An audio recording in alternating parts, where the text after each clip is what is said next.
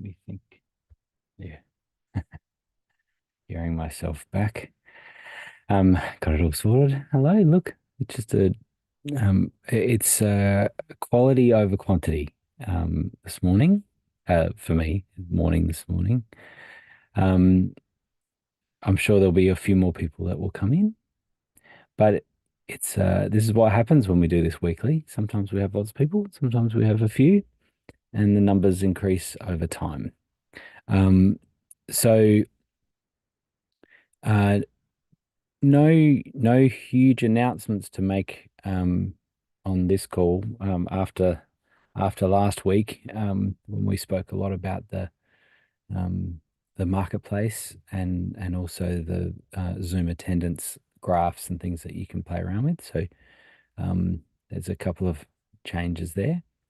But otherwise, this is an opportunity for you to ask questions about what you might be messing around with.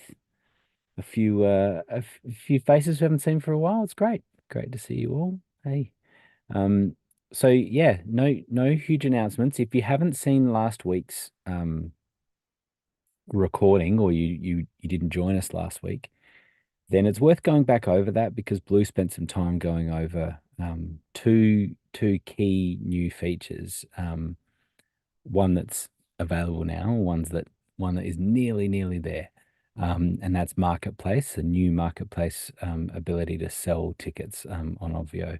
So yeah, if you didn't see that, then on the dashboard you just came through there's a YouTube playlist now of all these recordings. And so you can just go back through and you can put yourself to sleep listening to me answering questions. Um, and then fast forward and get to the part when Blue's talking.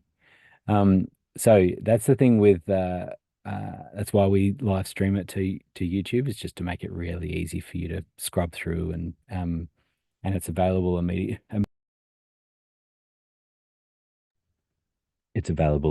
after. Well, even during, in fact, the meeting, you could even come back and use it like a TiVo where you're like skipping bits. Come in 10 minutes late and then just sit there and skip through things.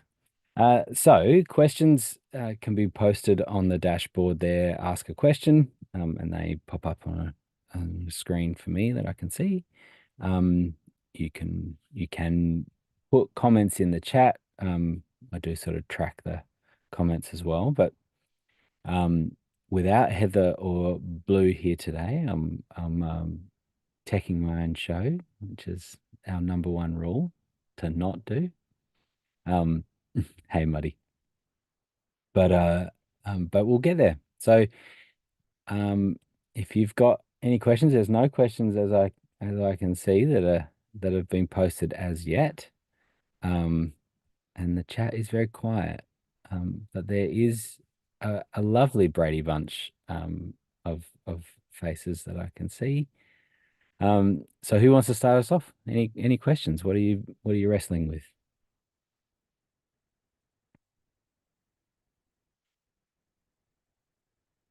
All right. Well, thank you. That's all we have time for. Um, well, I can. Okay, Tamara, go ahead. Well, uh, are you muted? There we go. There we go. I did mute myself. I forgot I have this exterior button. Right. So cool, but so bad. So I'm getting ready to do kind of one of my bigger events that I've done as best as I could in the past without really getting more technical. And I think we've talked about it before, which is not the kind of events y'all do because I use Zoom in the most obnoxious way. But I'm running an audition event that involves 200 actors over the course of 2 days, and some of them sing and some of them do not sing, and in front of 60 to 70 Broadway producers and casting directors. So, in the past, I've done it all in one meeting, and we've used a breakout room. We've brought people in, which of course does works fine for my actors, but does not work fine for my musical people, my singer people, partly because Zoom wasn't persistent with going in and out of Hmm. in and out of breakout Breakout rooms. rooms. Now they Yeah. are, so that's Yes. better. But Hmm. what would be really be the best thing for me is if I had more control over that. So I brought actors in a different way so that I could Mm. control their sound. I could bring them in and I would not be reliant on them of restarting anything. They could just be in there. So I now need to really think through kind of the bigger thing. Mm. I know I can't spotlight with my lowly little account, which is sad. I've been trying to do Zoom cuts, but I'm like super lost in that world at the moment. Um, but I would just love to kind of get some ideas as to what I should be building toward. This is in May, so I have a little bit of time. Mm. I have hardware, I have an ATEM, I have, I've got some ways of doing that. I've got an outside mixer. Um, but I kind of am at a loss as to like, what would your kind of thought Mm. process be? Would I use one of the thoughts I had was to use two rooms in Obvio and have one be the backstage room, which I have done. I have usually a backstage room and bring actors in there and then bring them in to the main room in a different way. But I'm a little kind of lost as to what the bigness of that would look like. And again, I Yeah. know this is not the kind of events everybody else does. So No, thank you in well, advance for indulging me. no, no, no, no. Of course, no. And we love when people are using Obvio in unique ways. And I think there probably is more crossover in what you're doing than you think. You know, particularly as you go to multiple rooms and then kind of folding them in on each other in a way using hardware. So let me just make sure I've got it clear because we've spoken a few times about your um, the ideal of the way that you want to do Right. it. But um, so um, one of the things that I remember, I just want to see if this is right. An ideal would be able to bring to bring an actor into one spot and then leave them there, not move them to breakouts, just have them there. And then in a Hmm. way, you bring adjudicators. Is that what you call them? What do you call them? Your The like producers. the producers. Yeah. So Yeah, being able to bring them to the place where the actors are and then take them away again. Is that kind of. I in a think way? in my head, the way it would work better is so one of the things that happens when the actors come is that I have to go through kind of a welcoming process for them, right? They go to a tech check where someone checks their microphone, they have a Mm, coaching session. So I would love all of that stuff to happen in one room so that in right. theory, the main lobby would be where they are, they meet my person that's greeting them. And then Hmm. if they've got to go to a coaching session, they're put into a breakout room with their coach and they do that Great. coaching session stuff.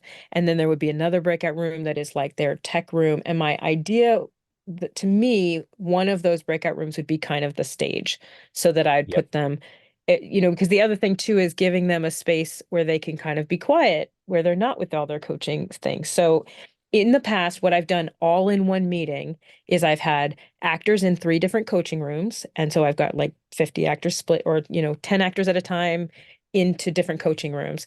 And then because actors did not want to be in that coaching room and then go straight from there to the theater Mm, because they need a little headspace, we created a second little room where there was like the whole, like if you think about a stage, they'd be backstage in the wings by themselves getting ready to go on. So hmm. we put a stage manager in there and we put a stage manager inside the main theater room and they talked to each other and we Hmm. could push and pull.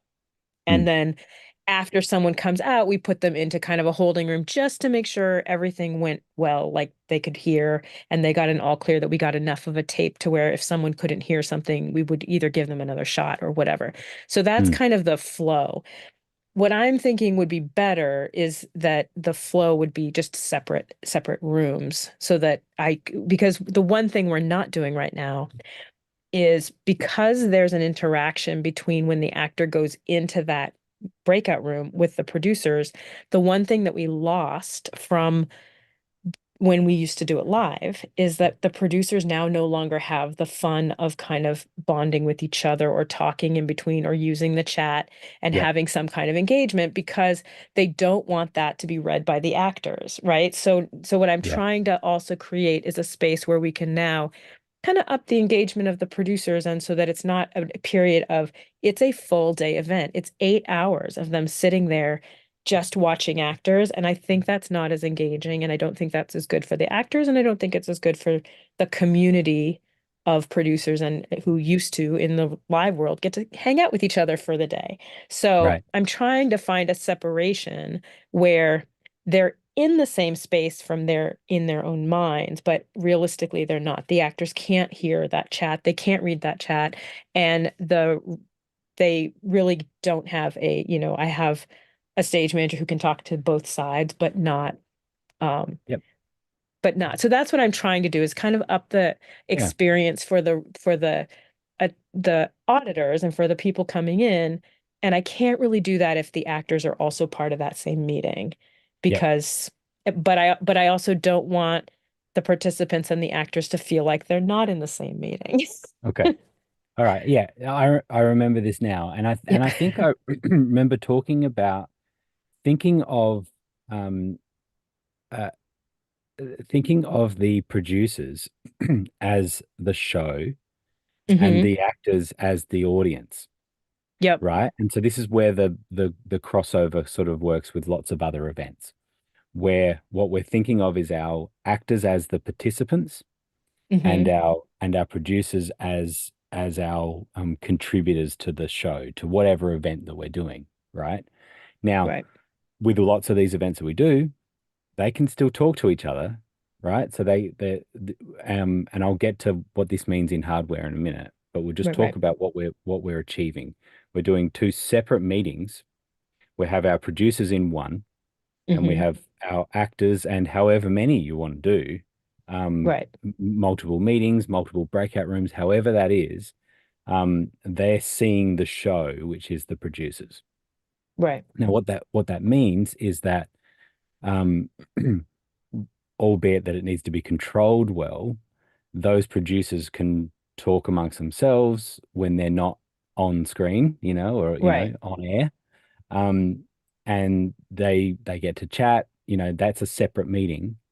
When Hmm. they're on air, they can see the actors, they can see the sort of the participants, and they can talk and hear, and they can go back and forth, Right. and and that's just connecting two rooms. Um, and then that can be cut off, Hmm. and now the producers can chat about that, and the actors can move on, or they can stay there and talk with the stage manager or whatever.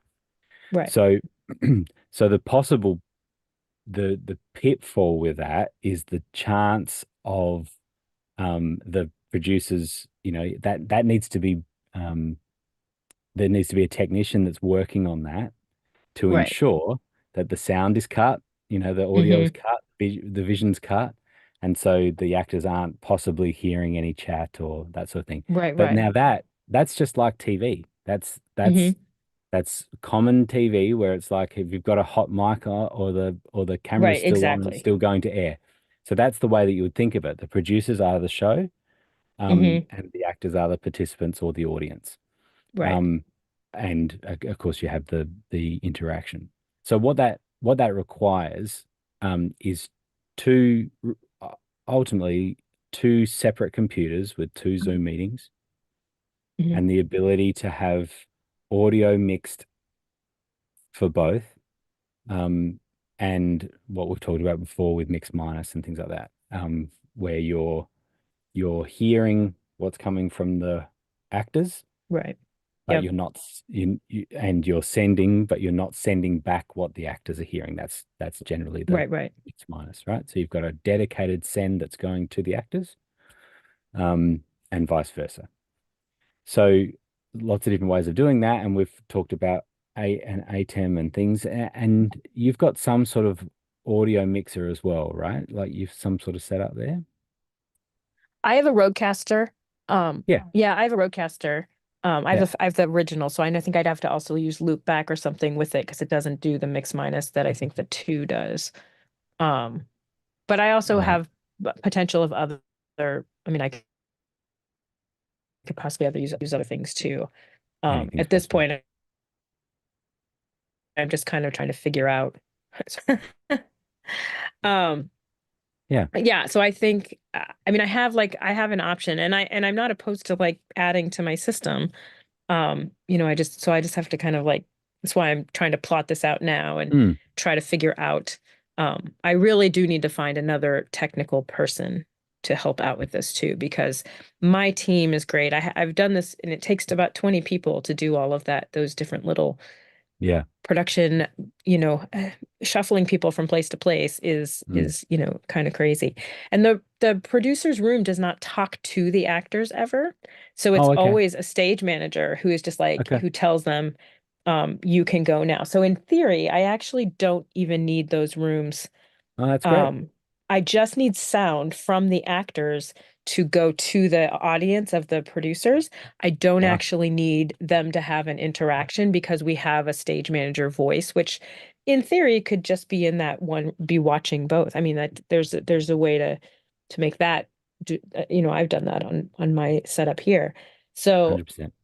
Yep. so that's helpful in that way. Hmm. I just That's want very all helpful. of the backstage hubbub of stuff because the other thing too is because the lobby has been both the lobby for producers and for actors, and Mm. actors are set to come in during certain blocks of time, then I can't ever have a producer come out and in. It's like they're Yeah. happening in the same time. And really what I want is a lobby for the producers to get them. And Hmm. I would still use a breakout room as the stage area Yep. so that people could go to the theater. Yep. And that would be their space. But that lobby would only be for producers, and the other lobby would only be for actors. So we could just separate out what has been much more of a chaotic mess into two separate chaotic messes. Well, no, I think it actually becomes more straightforward and a better experience for both your producers and actors. Yeah.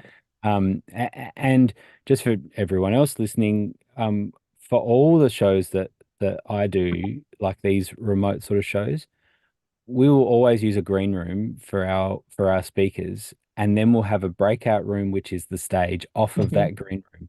So we use that main meeting, the lobby area where people come in, that first where they first land in that room is the green room, which is where we have all of our stakeholders, anyone like our Yeah. tech team, any of our event staff, all of that. That's kind of a hub for us as far as communication goes. Yeah. It's also where we prep our speakers and things like that. We also might have a tech breakout room where we need to take a speaker and just do a one-on-one with them to do some testing. And then we have another breakout room, which would be called the stage. And so then it's like, okay, Tamara, you're ready to go on. Okay, great. You're going to be up in a couple of minutes. We're going to put you in that room. Once you're Yeah. there, you'll know that you're going to be live and, assume that your microphone's hot and away you go. And so we put them in there and away they go. So very similar in the way that you're talking about with the producers, you could still do that lobby, all that testing Hmm. and then they in that stage. And that's a huge advantage that they never need to be heard by the actors. That's great. Yeah. Yeah. Because And they also take care in feeding producers, because they're not they also don't know how to get in and out of places. So if I can right, separate those teams out a little bit, then the producers and casting directors can have some care and feeding, and then the actors can have care and feeding. And I'm not worried about producers running into actors in a lobby intermingling, because yeah. it's exactly what you would think if you've agreed to do this, you kind of don't want to be attacked in these other digital spaces. So we Yeah. already have always done like a producer's green room and an actor's green room. Like, so we have like Yeah. the infrastructure of the design. It's just really wanting to separate them out this time and kind of Yeah. take that next little higher step than we've Well, done in the past. now you're putting a safety net in place that they could never intermingle, right? Like Yeah, accidentally intermingle. So I right. am interested in how Blue would tackle this and also Muddy. Muddy, have you got some thoughts? And Muddy could also do this for you too, just by the way, I know if he Well, needs Muddy's some the got free like the services. so helpful. Yeah, it sounds great, and I like this plan. I like the idea of having the producers in their own meeting, and it does make sure that they're not going to kind of accidentally be in the same, commingle as you were mentioning. The one thing that occurs to me is that you may want to. It sounds. I'm curious if you want the actors to be able to see the reactions of the producers when they're performing, and Nope. what it. I have never Okay, had that because the other reason to split the meetings is that when you run a meeting all day long for that kind of thing, you just drain all of your space. You just drain Zoom. So, or that has been obviously I haven't done it through Obvio, so obviously with a stronger Zoom connection, it'll be totally different. But right. the producers tend to keep their cameras off. So it's not, Okay. that isn't even an issue. I want to be able to allow the producers to kind of have a little bit more freedom of using the chat because, like, someone had used the chat at one of them and people were like, that's so rude to the actors. I'm like, yeah, it kind of is rude to the actors because the actors can see it. And so we've lost the ability to kind of, um, chat up the producers. Now, I have a stage manager in with the producers who is also kind of an MC. So that person lets the actors know when they can go. In fact, that person would be slightly differently positioned if it's two separate meetings. And we have connection between those stage managers and another stage manager who kind of pushes them out on stage. So like Yeah. that part of it, I know I could figure out the staffing in terms of how to make that feel smooth and feel organic. But yeah, so they don't need to be seen. It's just a black void space, and actors at this point Okay. are really used to that. So Yeah, just it's an performing to the ideal kind camera. of I wasn't sure situation. if they needed that energetic feedback or not, but it sounds like they're used to just kind of acting to the camera anyway. So, Yeah, a lot of them are now in this space, and we have created it so that they have such a loving experience when they come in with all of our staff. We've that they don't feel like they're not being seen by those producers by not having that step. We've tried it both ways, and in fact, it doesn't actually enhance the actor experience in this particular case. But yeah, no, it's a good. We've done it twice. We did it as early in 2020. I mean, we did it before you could do anything. So, this would actually just kind of solve our musical theater problem because we would have more control over their sound, and which we have not had in the past. And it would also help us a little bit. Things have changed in Zoom since we did it last, where people would have a cell phone and they'd go into the room and they would have to reorient their cell phone, like because it would literally in transit from the main room to the breakout room would flip upside down. So so we do go through and spend several weeks before with every single actor, all 200 of them, setting up their lighting, setting up their so that they can look and feel their best. It's a whole process for the actors. It's not just like show up and audition like you would in a normal audition. It really is they have coaching sessions, they have sessions with casting directors ahead of time to kind of help them out. So our goal is it's an actor first um project so that our goal is that actors feel like gold all the way through, that this is an experience at every step of the way they feel like they're being taken care of. And so like we have deaf actors, and so we even had our team do videos for every single room that they went into because Zoom didn't have any kind of accessibility once you got into a breakout room. So like we really do go try to figure out all of the issues that can make it a great experience for them. And I think the next step would be to have just an actor only experience and not necessarily let them know that they're not in the same meeting as the producers. They don't need to know that. They just need to know what their flow is and what their experience is. And the same with the producers. They can all think they're in the same meeting. That's fine. They don't need to know how the sausage is made, you know. yeah, that's awesome. Sounds like it's going to be a great experience. Obviously, very well thought through. Huge kudos for that. And um, the one caveat I would say is being a meeting, you could, if you looked, know who's in the room or not. And so you may want to let them Right. know. And maybe from a transparency standpoint as well, that this stage room is being broadcast essentially to a viewing Yeah. room. Yeah. But But I yeah, would do yeah, I that love it. because it's, And yeah, the producers can also talk amongst themselves, which is a real that big benefit of having their own space.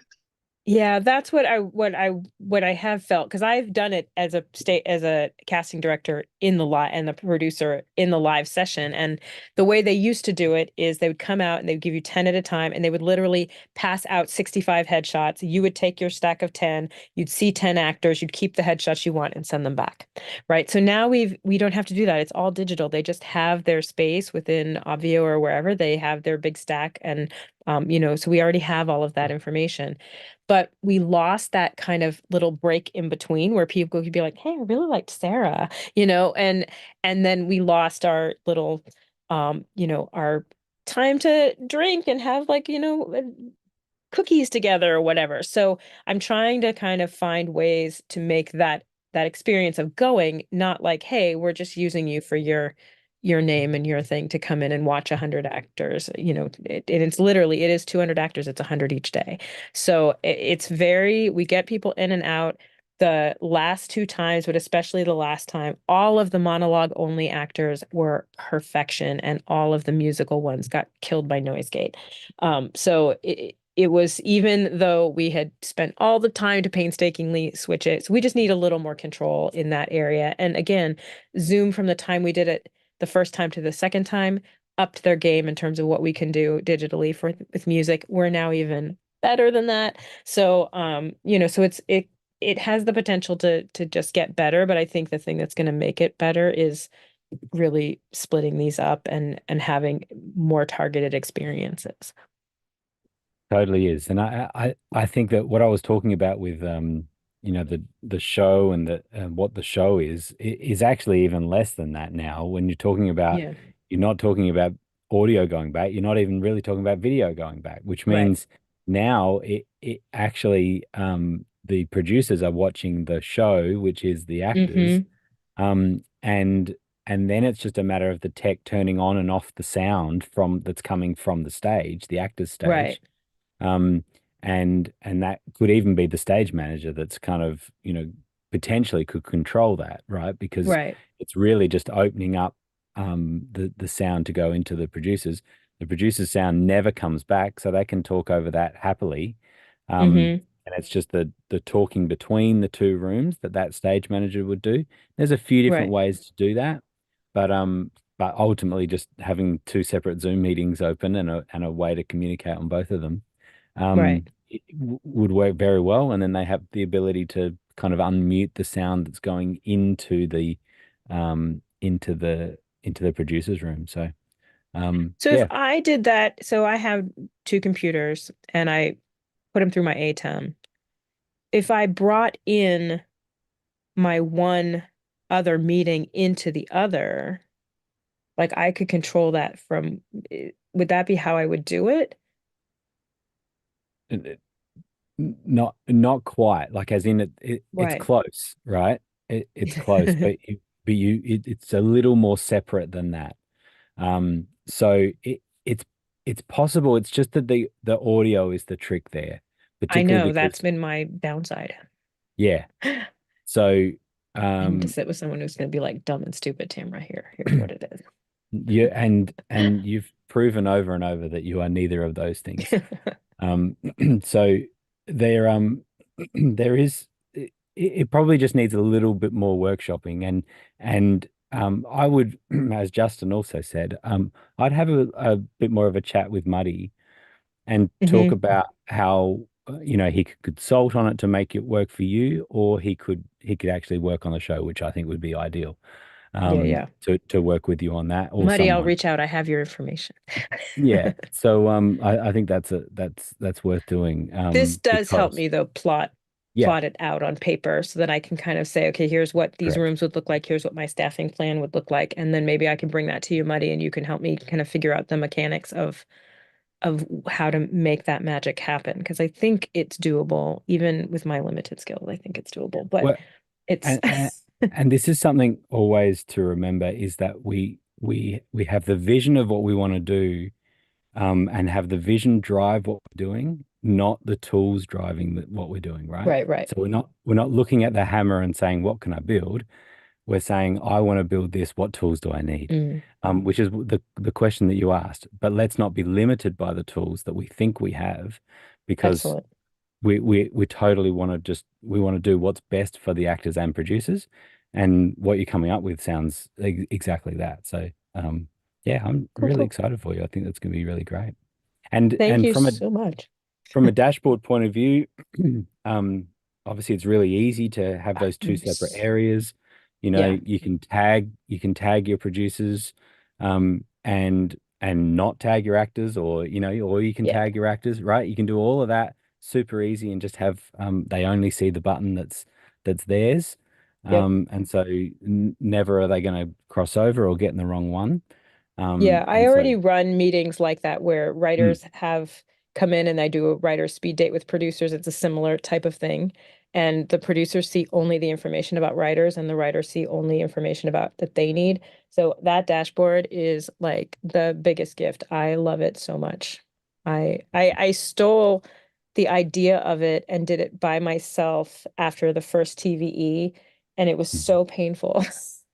That like literally Obvio is my personal gift to myself. I consider it my digital rental space. Like I used to have a regular office. Obvio is my digital office because I just cannot not have that. People are like, nice. why do you pay for this? I'm like, because it's my personal joy that I have this functionality without having to do it myself on like a random website. So I really appreciate this service and like what you guys do. It's amazing. And again, I don't use it the way that you intended, and I'm not sorry.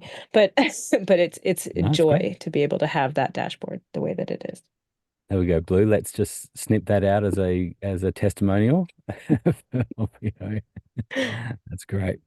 Awesome. Well, Thank yeah, you all so the much best. for And taking all yeah, this time with me. I appreciate it. no, not at all. And we'll be interested to see how you go and more questions. So for those that have joined, you can ask questions through the button on the dashboard, ask a question. And that'll come straight to a screen for me.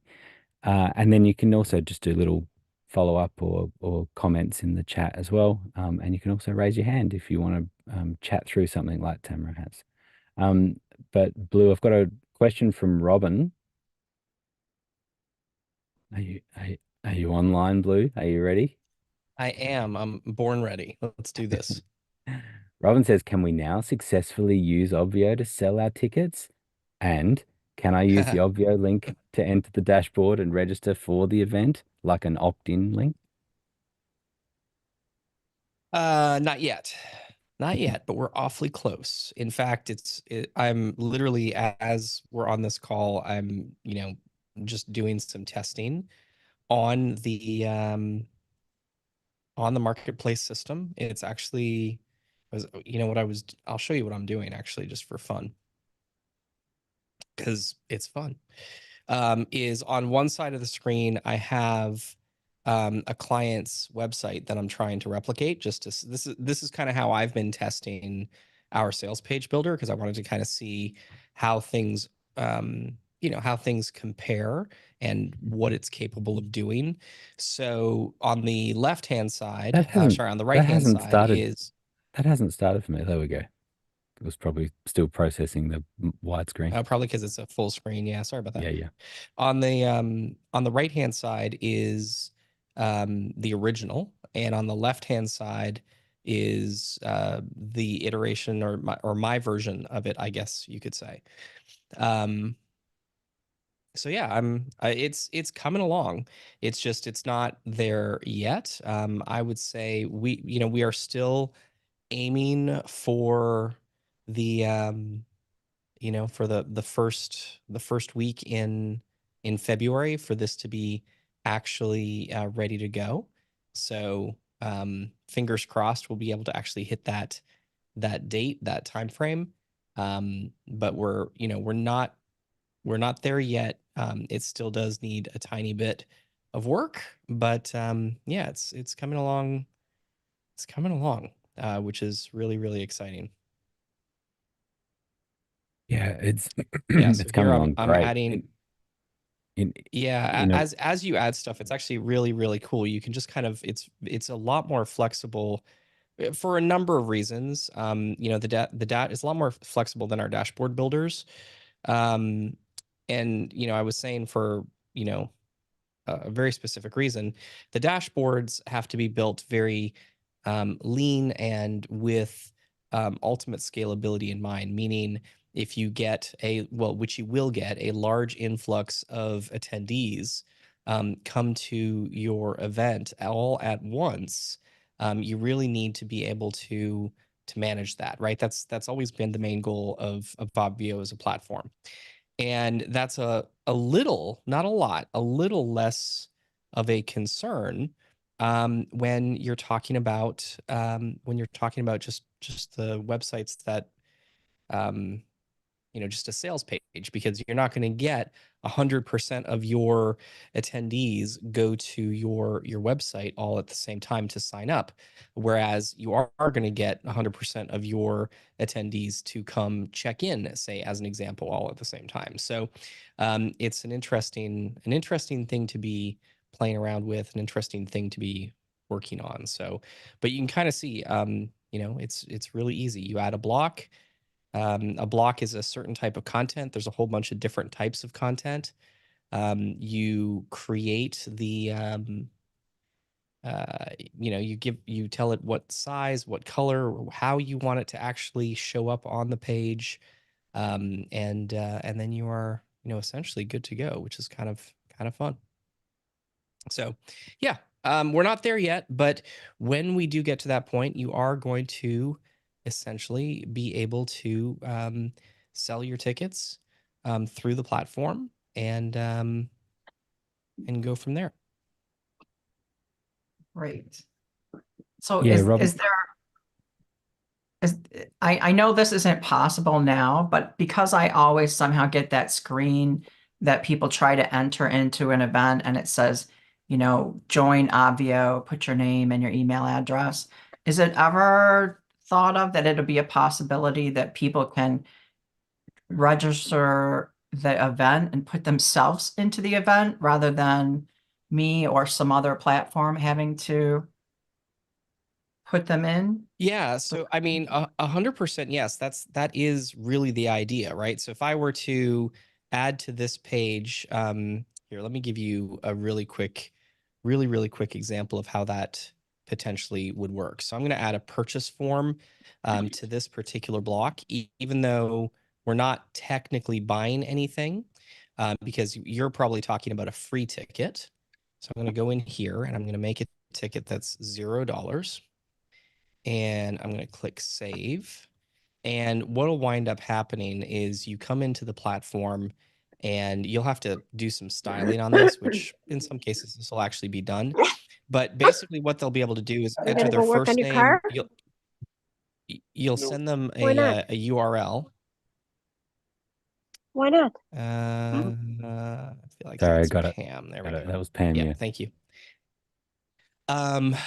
You know, you send them a URL, which in this case, let's see, it's /purchase, whatever your event URL is.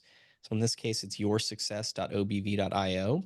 So if I were to go yoursuccess.obv.io/purchase, what they would do is they would come here, they'd click secure your seat, they would enter in their name and email address, they'd click submit or purchase or whatever.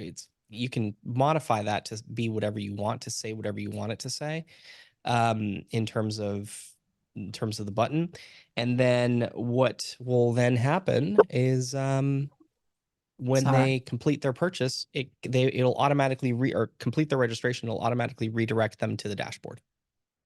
So it is, you know, what you're asking is coming through this process. Although admittedly, you can do that right now with the sign up page.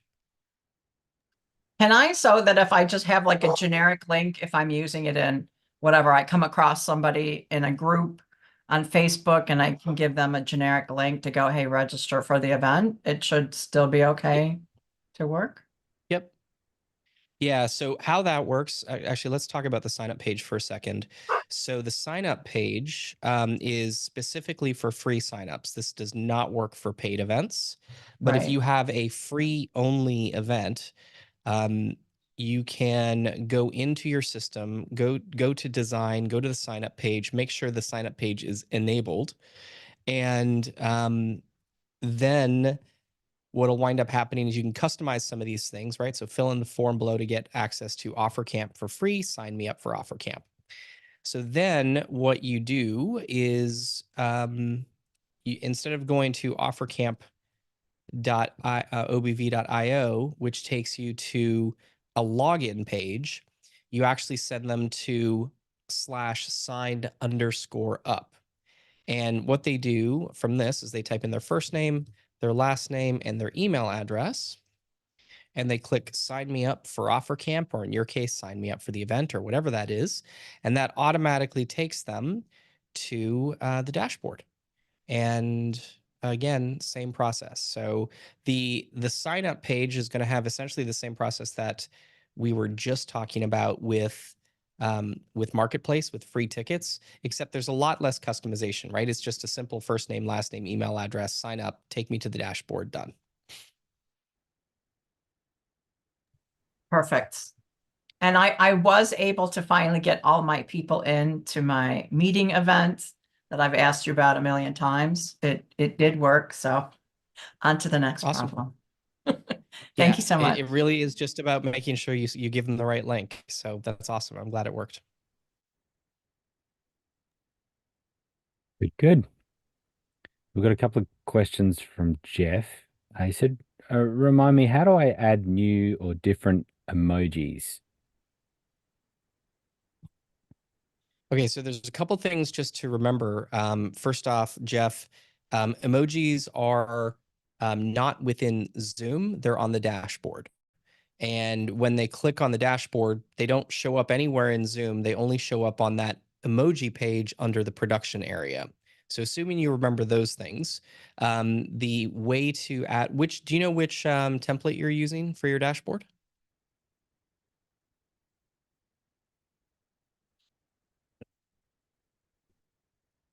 And I think you're Nifty muted, 50, Jeff. yeah. Okay, you're Yeah, the using Nifty Nifty 50? 50. Okay, so on the left-hand side of the Nifty 50 template, down at the Mhm. bottom of the Yep. left-hand side is where you define the emojis. Yeah, I You see see that? I see the ones to choose, but if I wanted to add my own. Your own. Okay, so right underneath the ones to choose, I think it says add custom or something along those Oh, there lines. it is. I missed that. Yeah. And what you do is you click add custom, you upload it. You have to click the small save button right under add custom, and then click Gotcha. the save for the emoji system. So it's a double save, which is a little bit of a Double weird save. UI. Yep, Yep. but you have to click the small save before the big save. If you click the big save first, it doesn't actually save it. Go Okay, figure. no, I see it now. That's yep, easy right there. I missed that little button and that's all it was. Thank you. No worries. And then Jeff had another question. I'm creating a weekly office hours, similar to what we're doing now. I think I have everything figured out. Any tips to make sure it's intuitive for students to show up?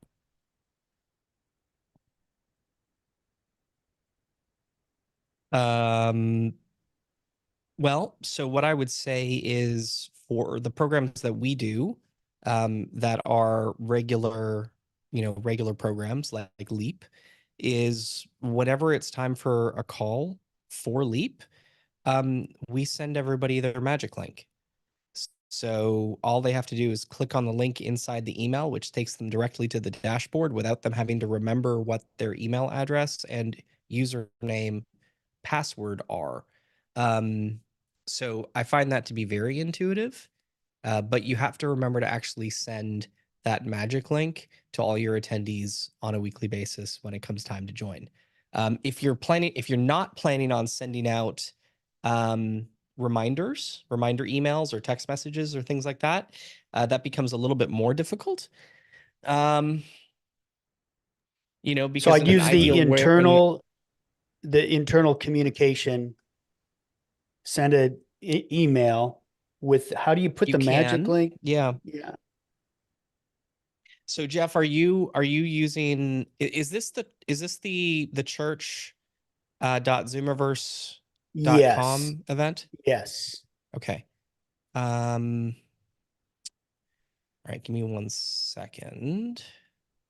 Do you mind if I open it up? Go ahead.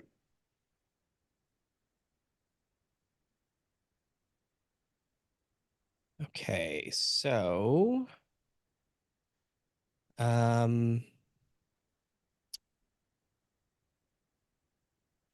right. So how are your attendees being brought in? Are you importing We them haven't or are, we haven't done it pardon yet. me? So I'm putting it together for when we do this.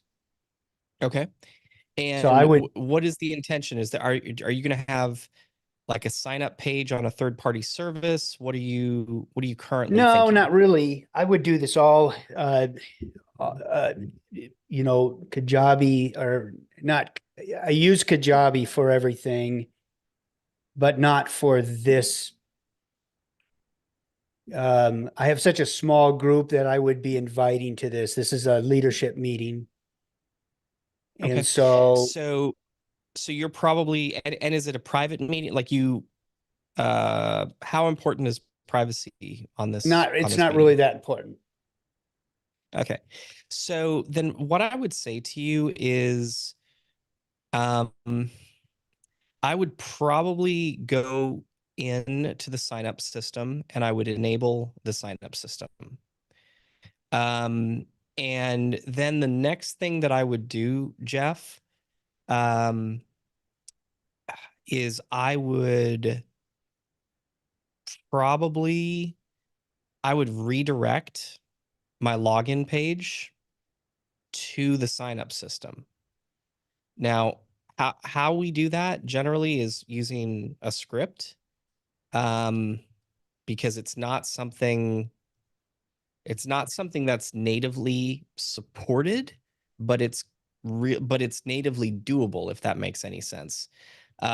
So, uh, you know what I will do. It's the replace, right? Right, Grant? It's window location replace. Yep. Yeah. I do have it here. So what I would do is I would go into under scripts down here, Yeah. and I would add a script that's called login redirect to sign up. And then I would paste the link for your sign up page, which is church.zoomiverse.com/sign_up. And then I would only add that to the login page. So you see there's an add to specific pages, and I would add that to the login page and click save. Now, what that's going to do is when somebody goes to church.zoomiverse.com, um, rather than seeing the login page, they're going to see the sign up page. Okay, so here, this is church.zoomiverse.com. So if I just go back, you see the login page for a brief moment, and then it automatically redirects to the this page here. So then I would say, okay, enter first name, last name, and email address. And from there, there's a few other things that I would do to make this work. First thing, I'd go into communication and I'd go to welcome email. Okay. And the welcome email system, assuming it's working today, let's see how this is feeling, is I would enable that and I would say, like, you need to give it a subject line like welcome to the event and then call it whatever you want.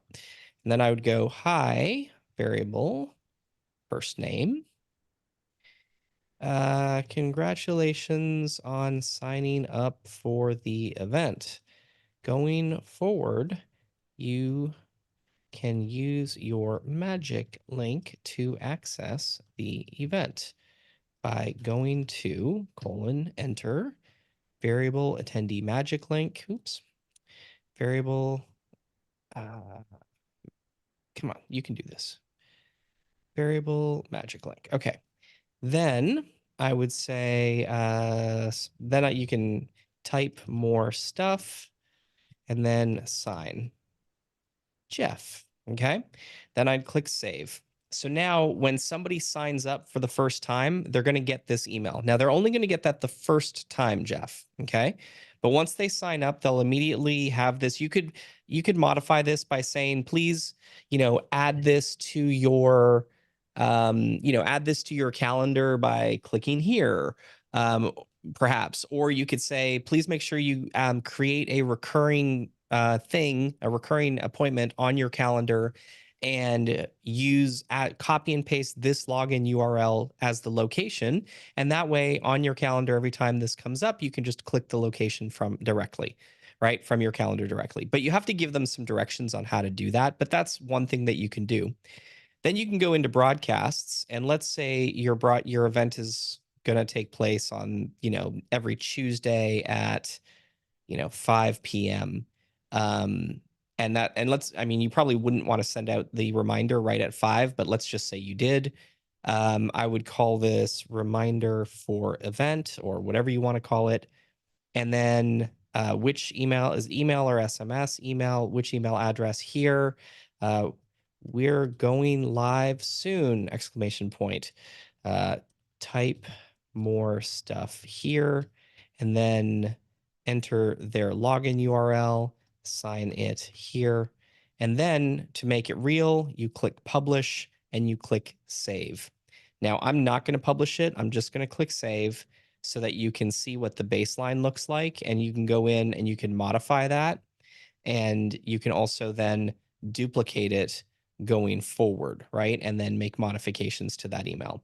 So yeah, you can do everything that you're looking to do for a free event, all directly baked into the broadcast system as it currently exists. Yeah, that's great. And so then if I do, how do you put the SMS? So we have to have both their email and their mobile number saved in the contacts. Because Yeah. when I get from you the Obvio reminder, it's SMS and email. I've been watching that, and I would just follow that model. I'd do the same exact thing that you're doing. Yeah, and it's interesting you asked that question. I don't believe we have implemented the ability to include a phone number on the sign up page yet, which is going to prevent you from being able to send SMS messages. Now, this sounds like it's going to be a meeting for not a whole lot of people. Does that sound accurate to you? Like, is your event going to be like for hundreds or for like 50s or 10s? Well, 50s and 10s, yeah. But because I'm going forward, I'm going to be doing a meeting with university students. But yeah, those are still going to be 50s and not hundreds. So for your recurring for now, you can go if you get the email address of an attendee, you can, or the phone number of an attendee, you can go into your attendee area, find the attendee, let's say it's Jeff, and you can enter their phone number like you've done on yours. Actually, it looks like you have phone numbers for a lot of these people. Okay, so assuming you have a phone number, which you have phone numbers for pretty much everybody in here, you would be able to go to communication broadcasts and set up a second broadcast that is called, let's say, SMS reminder. And then you would again time it for like next Tuesday at 5 or whatever time. And then we're going to change the channel to SMS instead of email. You would type your SMS message goes here. And then you would insert your login link just like that. And you have to agree because you are going to be charged a small fee. In this particular case, because of the 23 attendees that are going to get a message, your broadcast is going to cost you $1.70, costs $1 for the actual broadcast. And then there's 2 cents for US and Canadian phone numbers and 10 cents for all others. So that's where the $1.70 comes from. And you can pay it with a different card, or you can charge the card on file, and then you click schedule to pay with Amex card on file. Now you're going to also have to actually publish that rather than leave it in draft. But it's, that's how you do it. Yeah, that's great. Awesome. Love it. Love it. Love it. Love it. Cool. Hey, Blue. Yeah, it's all in there. This is a bit of a workaround, and I've added to our wish list to add the cell phone field to the sign up as an option. But as a workaround, could we do it in the waiver? We capture it in the waiver step. No. Have we Well, done that? I mean, you are remembering pre-Obvio 4.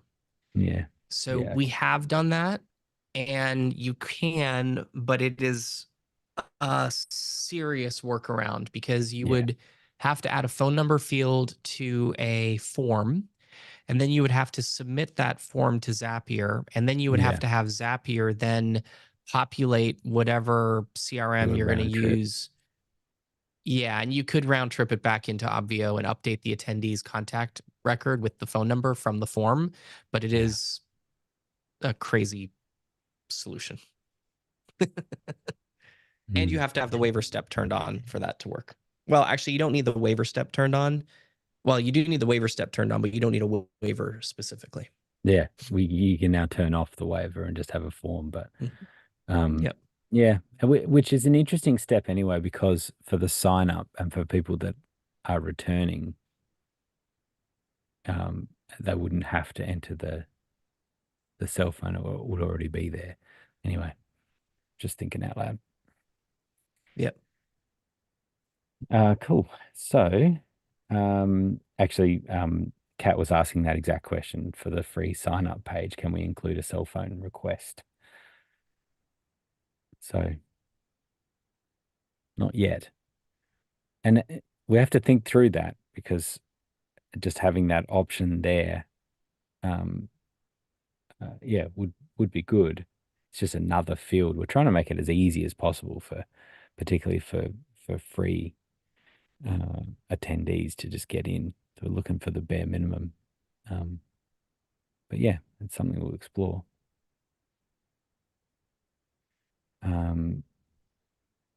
Then let's see, hey, Jeff has come in, said, can we chat through the best practices for order forms and potentially passing attendee data? Yes. You want to expand on that a bit, Jeff? Yeah. Hey, guys. Hey. So we're doing, I'm sort of piecemealing this since Marketplace, the order forms aren't ready. Super excited to have that available, but until then, I got to kind of figure this out. So I can do what y'all have done at Sage in the past, which is just redirect to our website, list out the deliverables. And then for my audience, what's challenging is it's schools. So about 10% will pay with a credit card.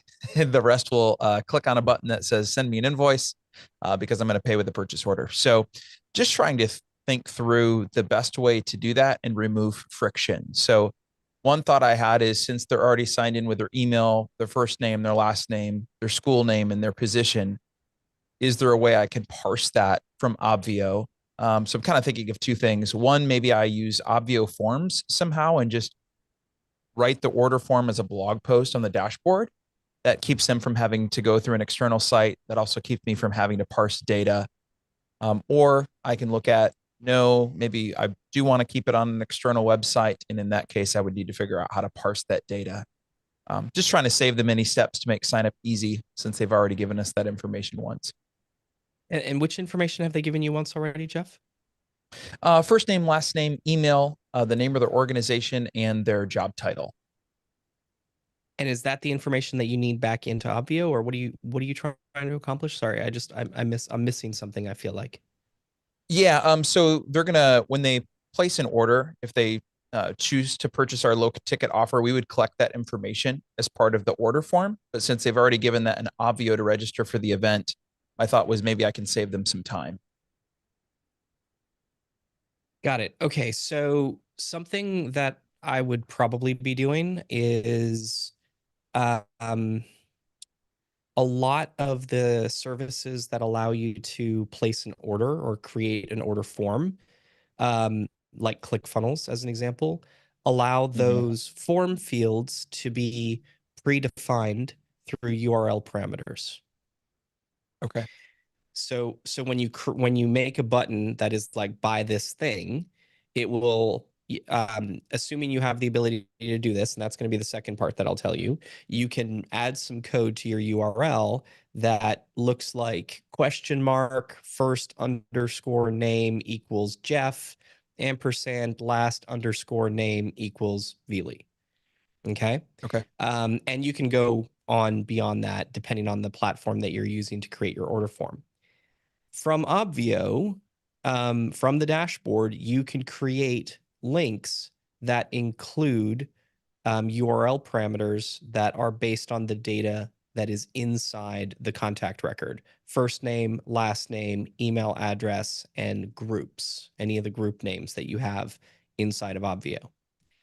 So you could, in theory, have a third-party signup page, ClickFunnels, Keep, Infusion, or whatever, wherever you have that, as long as that third-party signup page can pre-fill first name, last name, email address, company name, and position from a URL parameter, then you can include it in the link that you're using for them to click from Obvio. So essentially, they get to the page and they're still form fields, right? So they could still technically change them, but they're all pre-filled without them having to fill any of those things. Gotcha. Yeah, we're using Kajabi is what our website is built on, so that would be where that is. Do you know what I would like type into like a help forum, like what they would call that feature? URL parameters. Okay. Simple enough. All right. Yeah, so I'm actually just looking for it right now. But I would look up Kajabi, how to autofill forms by passing submission data to the thank you page. This may not be quite it, but this is kind of what you're looking for. Okay. But no, that's not it. Kajabi pre-fill order form URL parameters. So I would probably reach out to Kajabi. I'm going to put this in the chat because it's just at a glance. This doesn't sound like it's quite right. It actually looks like it's the opposite of what we're trying to do. But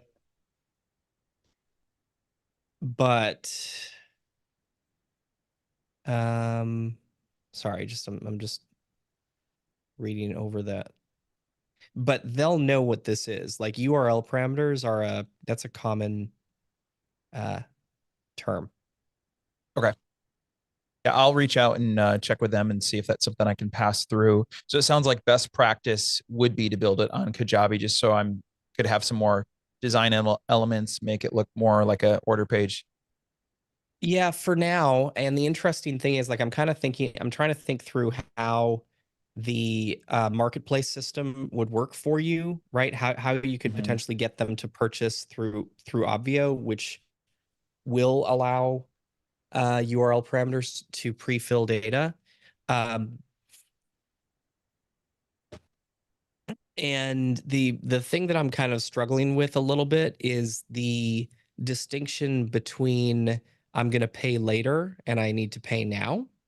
Because in order for them to pay later, you kind of have to say it's a $0 ticket, which it's not a $0 ticket. Right. Right. So I think you're going to have a lot more flexibility if you just do this custom, possibly not even on Kajabi. Like you may just have to actually build it yourself or have somebody build it for you, like, design a sales page that has an order form that allows to purchase with POs, or find an e-commerce system that allows for payment via PO rather than payment via credit card. What we've done in the past that's worked well. Feels like a more enterprise solution. Like there's not a lot of services that I'm thinking of right off the top of my head that allow for that. Yeah, and usually they don't have the PO, they have to go request it. So what we've done in the past is just a simple order form where they check a box saying, I understand I'm ordering fill in the blank product for fill in the blank amount, and that payment is due within 30 days. I understand upon hitting order that an invoice will be sent to my email address. So they're just signing more of a contract, if anything, binding them to terms than they are, completing an order at that moment. Yeah. I mean, I definitely understand what you're saying. Yeah. And again, if you're trying to give the attendee the option to do either or, that's where it gets tricky. I don't think I have a significant issue doing one or the other, but doing both on the same page is where I think you're going to run into some challenges. Okay. Gotcha. Which, all right, well, sounds like you may not, but that's my gut is you're going to run into some challenges on that. Yeah, we did it in the past. So I have a page I can duplicate, edit some text, replace some images, and be good to go. I think we just had a pay now with credit card button that would get them out of that and send them in a different direction. So then you had a second page. Yeah. Yeah. And again, that would accomplish that for sure. And that's also kind of not really having both on the same page, right? You're still also kind of like, okay. But yeah, that makes sense. Okay, cool. Thank you. That gives me everything I need to chase this rabbit down. Sweet. I have a few quick follow-ups about this. If this is an okay time to ask those. Yeah, go ahead. Let's go. The first is one distinction I heard you say in order to send data is that data needs to be in their contact record. So this is not data that was submitted in a form in Obvio. This was data that is in their contact record. So it's in the group. So it somehow either need to be collected externally and brought in as a group, or data that was collected, through the registration system or something that would come into their contact record. The second thing is I don't think there is a way to create custom fields in Marketplace where you would ask for their organization or their role, right? It's just going to be the standard order fields, standard form fields in registration. So that would need to be done somehow. To get that into their content. At launch anyway, there isn't, there's a couple things that you can customize, but there isn't custom fields or custom groups that can be added to that pay or to the purchase form. At least not at launch. And so let's say we wanted to send something simple, first name, last name, and email address. We know Obvio has that information in their contact record. How would you format those merge codes into the link, right? If I had a button on the dashboard and the button is going to be a URL to an external site, do I just put in there where first name equals and then just put in the two curly brackets, first name, and just I know the first part of the URL is going to be the field name that the receiving site needs, but I want to know how to put in the variable. Do I just insert the merge code in there where it would be the name? Excellent. Thank you. Yeah, you do. It's and so I just put it in the chat for you. First name is first underscore name. Last name is last underscore name. Email address is email. And then for any of the groups, it's the full group name. Got it. And phone, I don't have chat up right now. Did you put phone in there too? I didn't, because to be honest with you, in this moment, I don't know if phone number has been added, but if it is, it's phone number is a new thing, so I haven't actually tested that, but if it is, it's phone_number. Right on, thanks. And Yep. relatedly, you were talking about the sign up form and the ability to add the phone number field. I feel like I've seen that option, but maybe I'm remembering a marketplace form. Maybe there was a way to You're add phone number actually, to marketplace form. yeah, you may be remembering a marketplace form, or which there is, or you may be remembering the room registration links, which recently had the ability to add a phone number added to those. So it That's could where be it either was. one of It those was in things. the room Yep. registration link. Yeah, I was going in to customize it. That's exactly where it was. Thanks. Can you talk about Yep. that phone number Also, feature real quick, Blue? Sorry, I didn't mean to Sure. interrupt. Yeah. So the phone number feature and the ability to collect the phone number through the room registration link. It's also going to be on Marketplace, and I could see it showing up on the sign up. I have to get our team to work on that. But we just recently did the room and area registration links. So adding it to the phone number field, or sorry, adding the phone number field to the sign up form should be fairly simple. We just have to think through the UX to do that, or the UI to do that. But it allows you to on import or on attendee creation capture the phone number of the attendee, with the purpose behind that being so that you can text them down the road. Great, thank you. Mm-hmm.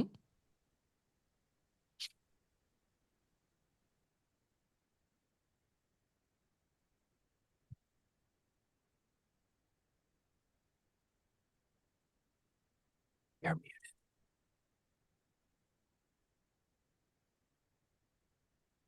You're muted, Still Grant. muted. Are you talking to yourself? I guess I was. It's these Doing early it. calls now. He's going to be I doing was more of saying, that. it's, He can't I remember was to saying, unmute when it's early.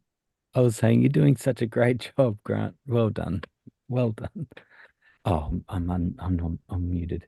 I was just saying that there's no more questions that have been posted through from the dashboard. There's a bit of chatter going on there in the chat, but are there any other questions, things that people are thinking about? You want to raise your hand? Yeah, go, Stephanie. Yeah, I'll learn where to put my question next time. All good. I'm doing the one thing I really want to focus on is I'm gonna start doing a reoccurring masterclass starting at the end of January, and I want it like I'm green. I am like I got into my Obvio, so that's good. I wanted to know it's going to be recurring. That masterclass is going to be free. I wanted to know like what dashboard would you recommend? Because I want to tell you 3 steps of what I'm doing, and maybe that'll help guide me. I'm thinking more strategy right now than I'm thinking of technical, but there's going to be 2 different named master classes, and then we're enrolling into a product that will end up being at the end of February, which will be a reoccurring weekly event, but that'll be a product at the end of February. And that's separate from a 3-day live event that I'm doing at the end of February. So I'm trying to simplify my life while doing all these pieces and using Obvio this time. And I have no idea how to use it. I like that you're trying to simplify your life, so you're using Obvio. That's awesome. Okay, so ask the question one more time because I'm not 1,000% sure that I understood the question. Can I share my screen too? Yeah, go for it. Because maybe that'll help too. I just Yeah, great. my number one question is what template should I use to kind of, if I'm going to reproduce it more than once, which one would you actually recommend to start? I guess that would be step one. And if I do share my screen. I would say that I think the easiest template to work with that has the highest impact is probably the cards template. Because it allows you to, as long as you have a decent image as your background, you can just have a nice big image that then has, buttons in front of it. And as you scroll down, you can add blog posts pretty easily, and it doesn't require a whole lot of design skill.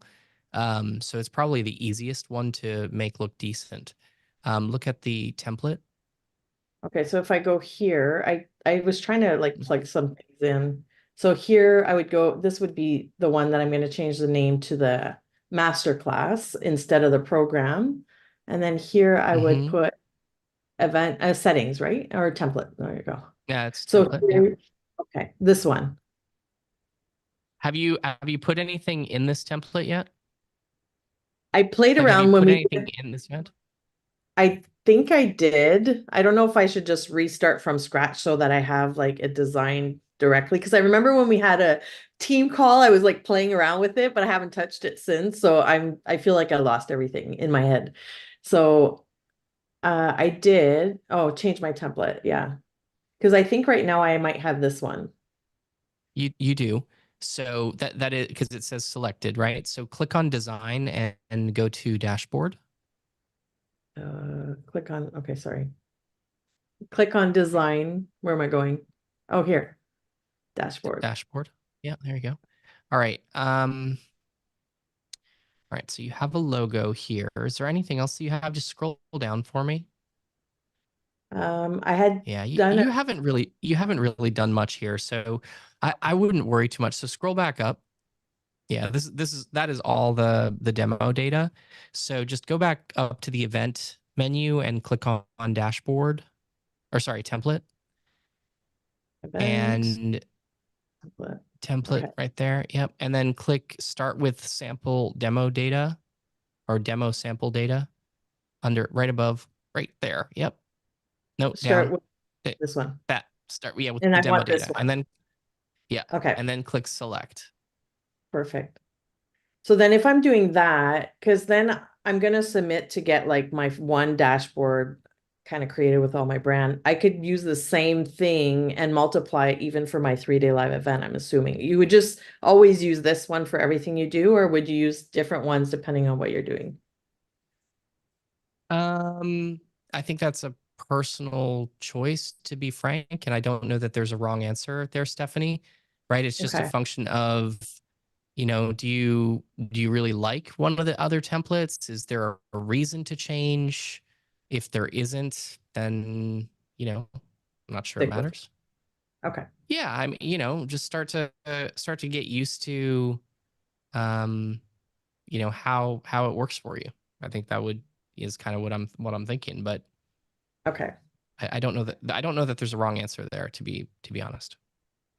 No, that makes sense. And then I guess my next thing is like, I maybe you can give me what my next steps are, because here I have my opt-in, but it's in Elementor Pro. It's actually, well, it's WordPress. And then I'm going to fill in like the registration now. And then that will fill in, basically I'll connect it with this one, right? Directly. I don't have, should I go through my CRM first, or it's I could do it directly through Obvio and it can talk to my CRM that I'm kind of moving towards is go high level. So you're probably going to wind up just your best bet. You can leave your opt-in where it is, and Okay. then your best bet is going to be to probably connect high level to your Obvio account. So then, Okay. as people sign up on high level, they wind up, they wind up coming into Obvio pretty much automatically. Okay. So that's what I do. My next step for Obvio would be to connect, go high level, and then do the Zap, well, basically the integration from that perspective. And I'll do both at the same time. Yeah, that would work well. Okay. And is that a question? Well, I don't know if that could help any other people because I haven't really been on the call earlier too much. Is it worth looking at where we can actually connect the two? Like if I wanted to connect Go high level? Say it again. If I wanted to connect Go high level to this, to Avio, where would I go? So what you would do is you'd go down to attendees and you'd go to services. Okay. Okay. And Go High Level is right there. You click on that and you click authorize. That's going to ask you to sign in to High Level. Okay, so that would be this one.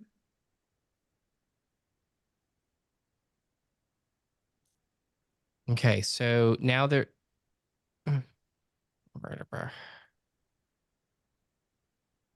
That doesn't look fantastic. Click refresh. Ah, Okay, so the first thing that you need to know is, in order for an attendee from high level to come into Winning 360 Leadership Academy, they have to get the attendee import tag. Now, in the case of this is different for all services, but in the case of high level, it is an Obvio defined tag. So that tag right there, Obvio Winning 360 Leadership Academy 011724, is the exact tag name that needs to be applied to your attendees for them to be automatically imported into Obvio. so I So should you write that would down. copy, well, there you don't have to copy it or write it down. There's a little copy icon at the far right-hand side of that text box, and you can click on that and then paste that link into either high level or that text into high level or into a text document of some sort. Yeah, Okay. and I can, like, right now, if I'm in MailChimp, I would use the same thing. I would just tag it to that, so that it would, because right now it's like No, I'm in. MailChimp is different. So Okay, this so is what I I'm. was saying. The services work differently. So MailChimp works with audiences. So Okay. in order to import your attendees from MailChimp, you have to create an audience for your attendees. And then you add all of and basically you would do the same thing that we just did where you connected Go High Level, but instead of connecting High Level, you would connect MailChimp, and you would define the audience in MailChimp that you've created that houses your attendees. Okay. And then from there, Because what you would, sorry, go ahead. no, I was listening. Sorry. So once you have created your audience and you've connected it, there's a couple other steps you have to do. Like you have to create a custom field where you're going to store your login URL in High Level or in Mailchimp so that you can send emails from Mailchimp or High Level to your attendees with their login URL. Okay. And can I ask, like, for example, if I want to have a different tag, because what I'm trying to avoid is doing things twice, is can I adjust that tag to say the name of the master class because I'm going to be doing what I'm doing is I'm doing two separate master classes with different names once a month each. So I'm doing one mid-month and one end of month. And at the end of 2 months, I'm finally opening up the program. And then every 3 or 4 months, we're going to have a new cohort in the program. So I'm just trying to like put myself in a clear, like, when can I have a tag that's like identified with what I want, or it's just generated like this? In order to have if it's high level, specifically Yeah. for high level, okay, Yeah. this is unique to the high level experience. Okay. In order to automatically import your attendees, regardless of the event name, the import tag is automatically defined and created by Obvio, and it can't be changed. Okay. So you can add another tag inside of Go High Level that is like, these are my masterclass attendees, these are my mastermind attendees, these are my free webinar attendees. That doesn't matter. But if all three attendee types all have to go into the same event, they also have to have the Obvio generated tag. Which would be the same tag. Okay, I get it. So in Yeah. in Go High Level, I'll have them tagged differently, but this tag will be unique for each. Anything that's coming in to that ticket mat to go to that product is going to have this tag. It's like my lead generation tag to combine the audience in this lane. And then I'll have a totally separate tag for a whole other business lane because they're not gonna bridge. That makes sense to me at a high level. That makes sense to me. Okay. Because Can I ask one last thing? Because I think after I'll be able to work with someone that's doing it for me, but I want to understand it. If I come back to this is really cool because I think I get this part up to now. I think what I'll do is I'll get myself to this section and then I'll come back and ask more questions. But I wanted to ask one last question here is here when I generated Winning 360 Leadership Academy as my unique URL, which that'll be the program. So that at the end of February, that's going to be my program. Should I have a unique URL for each of the master classes generated separately? For like, for example, this is leaders' most common mistake masterclass, which will be every month. And then there's going to be another one called How Do You Create Your Winning Teams once a month as well. Should I do like as just so that it's like clean from the start, or should I just use Winning 360 Leadership Academy URL for everything? Does that make sense? It does. And again, this is probably a question that you're better to answer than I am. And I'm not trying to be cagey or difficult, but you know, how you want to run Obvio is really up to you. You can have 3 different events, one for each call type, right? So let me you're in Leap, so let me just use Leap as an example. Okay, Stephanie? We have one dashboard for all calls that we do with Leap, right? So it doesn't matter if you're joining a call that is a Q&A call or a open office hours call or a one-day workshop like we did yesterday or you know an innovation in action debrief call. It doesn't matter. For all of those calls, you go to the Leap live dashboard and you click enter the Leap stage. Okay. Now, if I were to also do a call for everybody who was in TVE in, you know, at the virtual event on virtual events, I would not send them to the Leap dashboard. I would send them to the virtual event on virtual events dashboard. But from there, if I was going to do, all right, I'm going to do a few pre-calls for the virtual event on virtual events, and then I'm going to do the actual event, and then I'm going to do some post calls after that, after the event takes place, I would have all of those calls take place on the dashboard, that same TVE dashboard, the same TVE event. But if I was then going to say, okay, I'm going to do a webinar, which I am, right? We're going to do a webinar that promotes the virtual event on virtual events. That's going to be its own event. I'm not going to combine that with Leap. I'm not going to combine that with TVE. I'm not going to, it's its own thing. So it's going to live as its own thing. So if I was you and I was doing a masterclass, my masterclass would have its own event.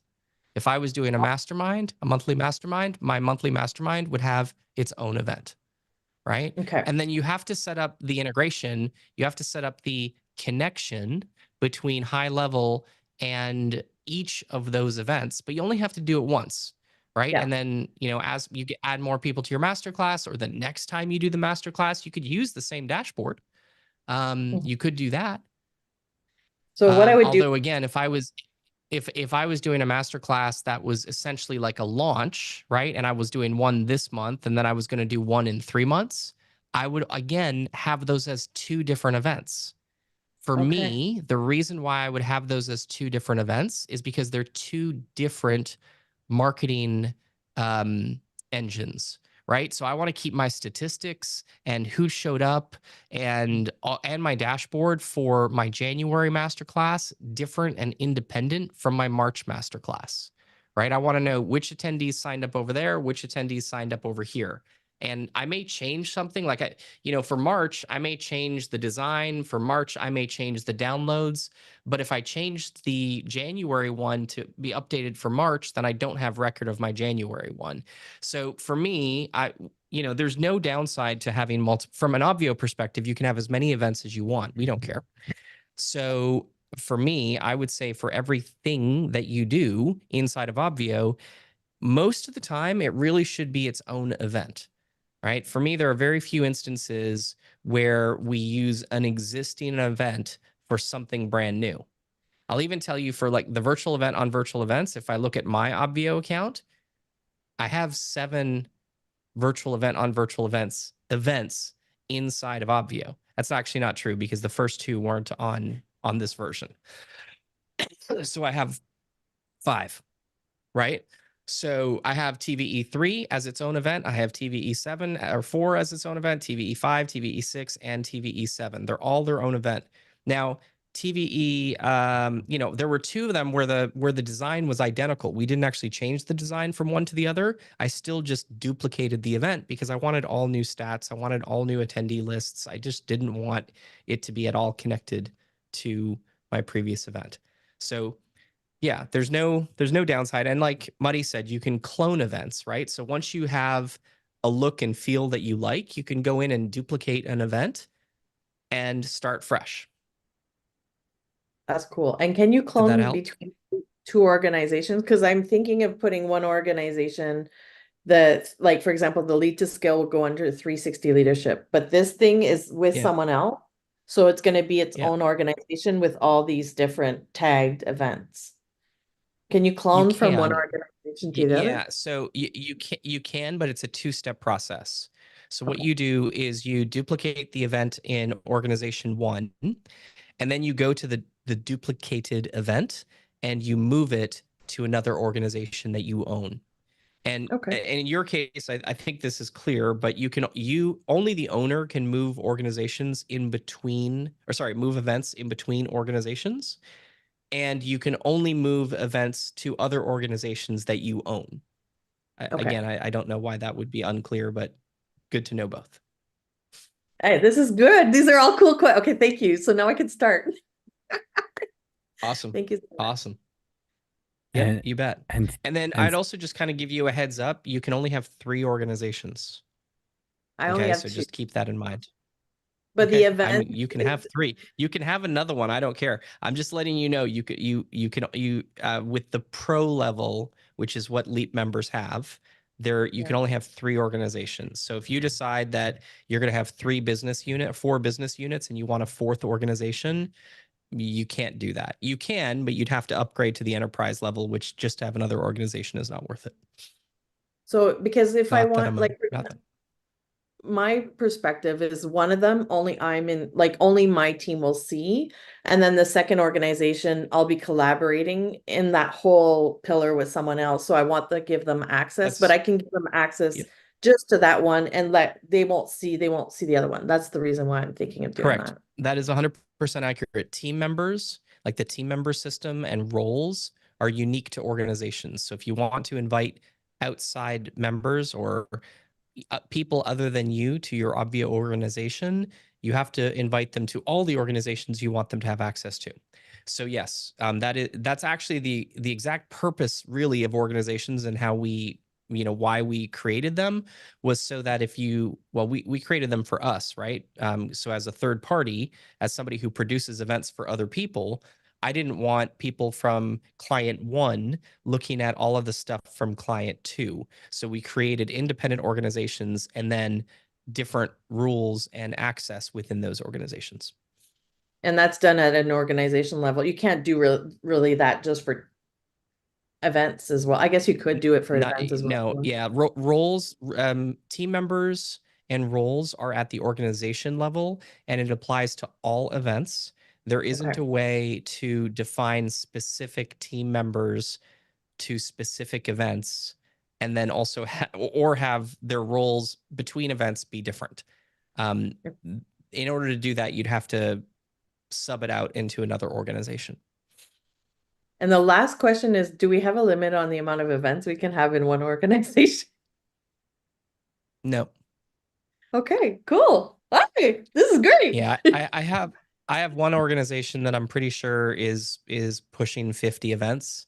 And while it takes an extra couple seconds for the organization page to load, it doesn't other than that, it doesn't have a negative impact on the application. Thank you. Thank you, everyone. You're welcome. You're welcome. Yeah. And as you go, like, we just did this in the Obvio organization, because the organization that this event is inside of is an organization. And we had a whole bunch of events inside that organization because we were every time we were doing a demo, we'd create a new event inside that org. And we recently looked at it and it had, like, I don't know how many, but a lot of events. And you can go through and delete past events. If it's just, hurting your eyes, just keep in mind that once you delete a past event, recordings go with it, statistics go with it. There's no recovering that event. But you could download the recordings worst case before and do all that kind of stuff first, right? 100%. Yeah, just Okay. don't forget to download the recordings, right? Don't come to us tomorrow and say, "Oops, I forgot to download recordings for my event. Can you help me?" The answer is going to be no. Delete is delete. All right. Delete is delete. It's not delete to trash and then empty trash. Maybe not a bad idea for us to consider in the future, but for now, delete is delete. That's good. Well, and if you're not using all three organizations, you could create another one called Archive yourself, and then you could just move off older ones, and so that's another idea. But I also Amy had to go, and I think she was desperate to talk to you about how she is doing the same thing with multiple events. And so I did some matchmaking on Facebook. So you'll see a post that I I mentioned both of you so that you could catch up with Amy because she might have some tips for you too. So Excellent. there you go. Now, I just think I've got yes. Heather was asking, can you go through how to use the image waterfall, getting images and then placing them so they show up in a photo wall? Sure. Yeah. Okay. So, sorry, I'm still building my duplicate sales page. So in order to do that, let's go into the Sage organization because I know we have that set up already. And go into TVE6. Okay, so in order for the image waterfall feature to function, there are really there's three things from an attendee perspective. Well, actually, from an attendee perspective, there are two things that you have to keep in mind, but as the feature as a whole has three main elements. Element number one is the button and form that attendees use to upload images. Number two is the image entries page in the event settings that you have, like in the event admin, which is where you approve or deny image waterfall submissions because it is a moderated system. Okay.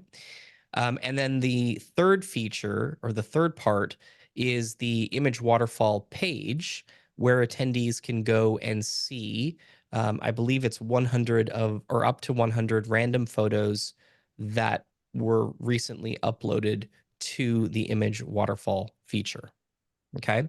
So part number one, and I actually haven't used this in quite some time, so this is going to be interesting to see if I remember how to do this. So we're going to go to the dashboard, and we're going to start by going and you see this upload your pick a date photo.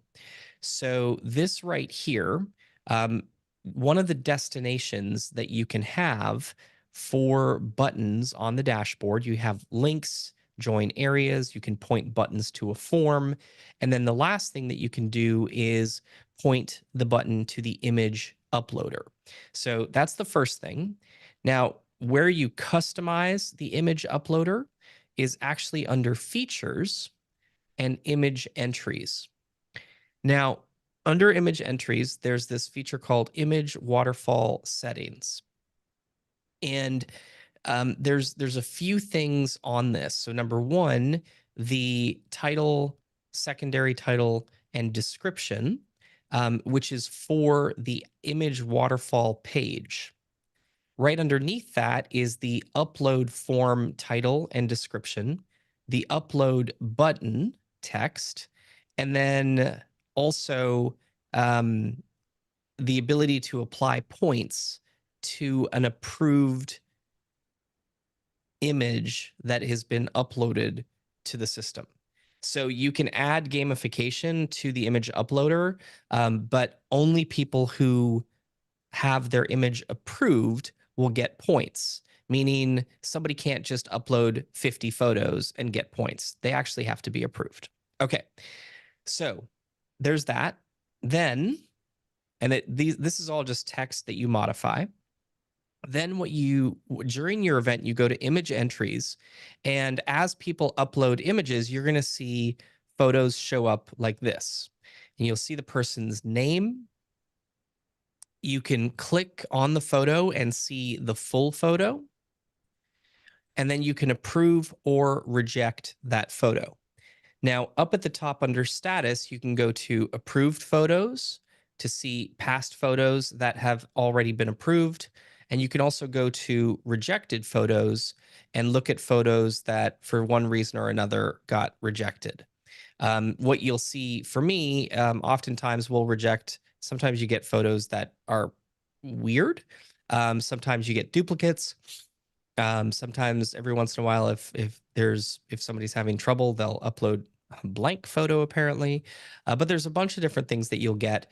And the nice thing is at the end of the event, you can actually click export and you can get a download of all of the photos that have been uploaded to your system. And you can do it all. You can get your pending photos, you can get your approved photos, or you can get your rejected photos. So lots of options.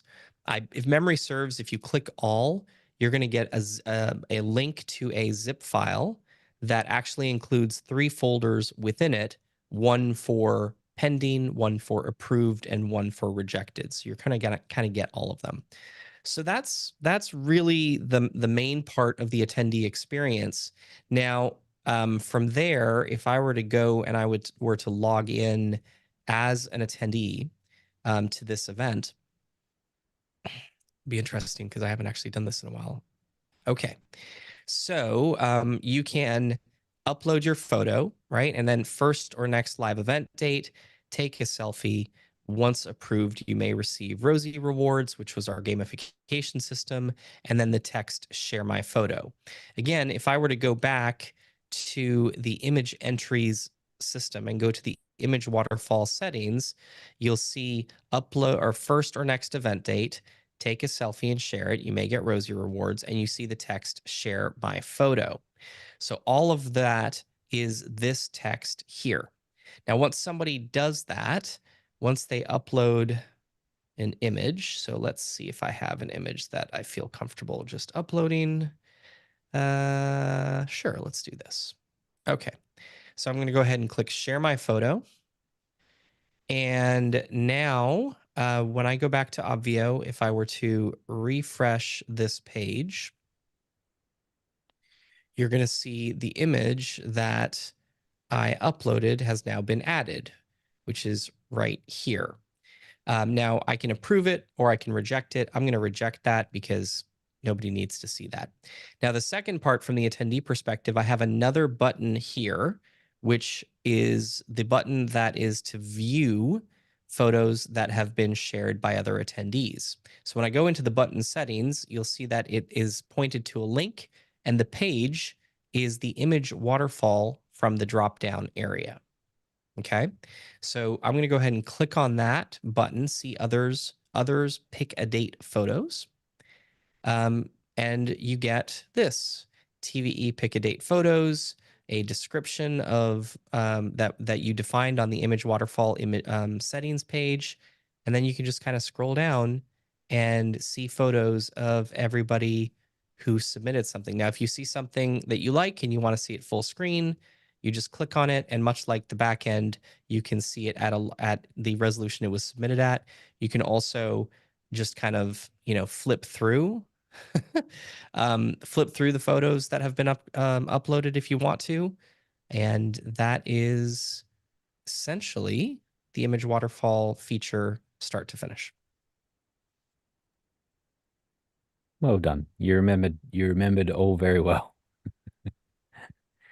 You stepped through it. It's a very cool Yeah, we feature, haven't used and that.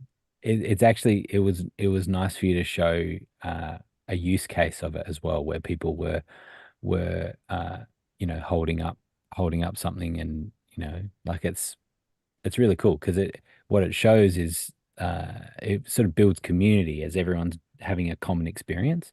So they're doing the same thing. Everyone's doing the same thing, and now you've got a snapshot of that, and then you can see everyone doing it. It's very cool. So it's a great feature. Yeah, it's pretty Um, awesome. so Jeff just asked, where does Sage order swag content from? We will most of the time we go through Brand Elevate. Brand Elevate, um, they print. They're a printer, but then they also the majority of the stuff that we source through them is done through third-party sourcing. They just have access to more and easier. Like they're kind of the experts. So you pay a small premium to allow them to source the products for you and then for them to order it. But the other way that you could do it is you could just go and order it and send it to Brand Elevate. And if they can't find something for you and you have a specific reseller in mind, they will also stuff, or they'll give you the option to stuff boxes with third-party product. Usually there's a small fee associated with that, but it's not significant. And do they do all the I'd also take a fulfillment as look well? at, pardon me? They do all the fulfillment as well? They do, yeah. I'd also talk Everything. to Dwayne Jeffries and Mark Stern, Jeff, because they also Dwayne, Dwayne's in Leap. Mark Stern was in Leap. They're partners, they're business partners, and one of the things they do is fulfillment on boxes.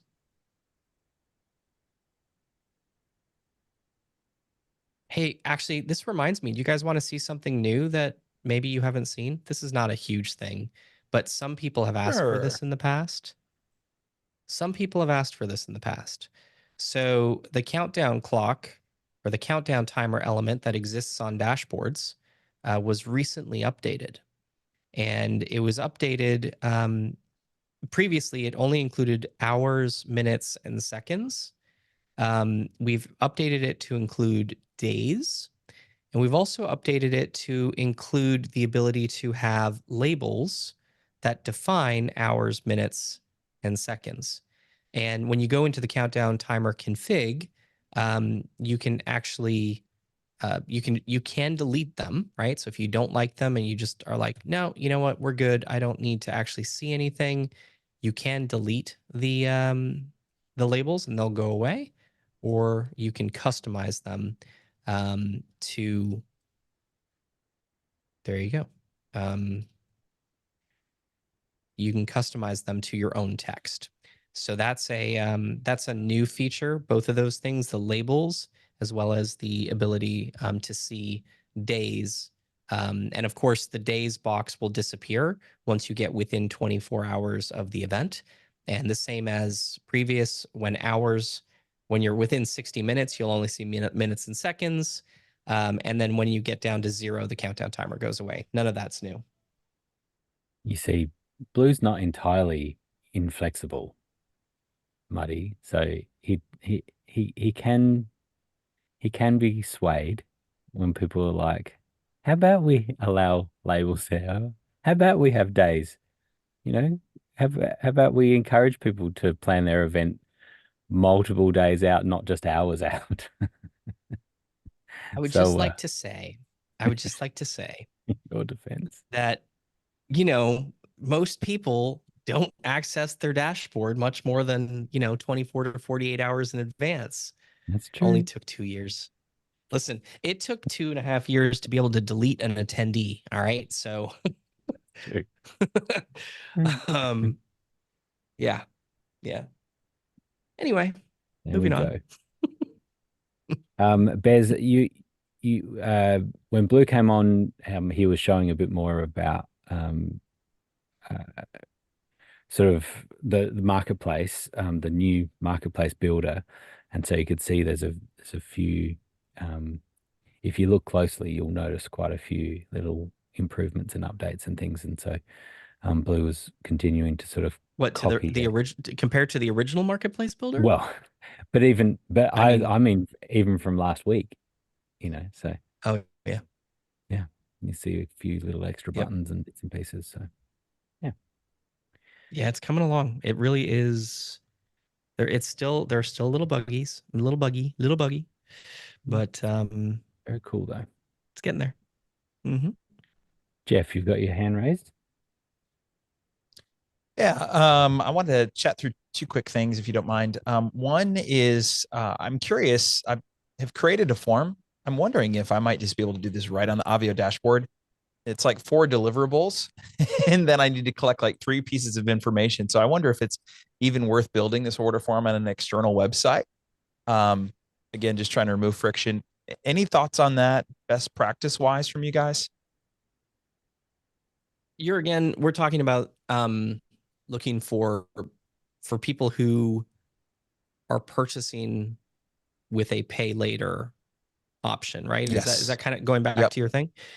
Yeah, all they really need to so do is fill out a form. So I wonder if like it's just simpler to keep them in Obvio and not have to worry if stuff gets parsed to another site or something like that. Like, yeah, so I kind of the thing that I'm marginally struggling with is um allowing people to purchase um right then.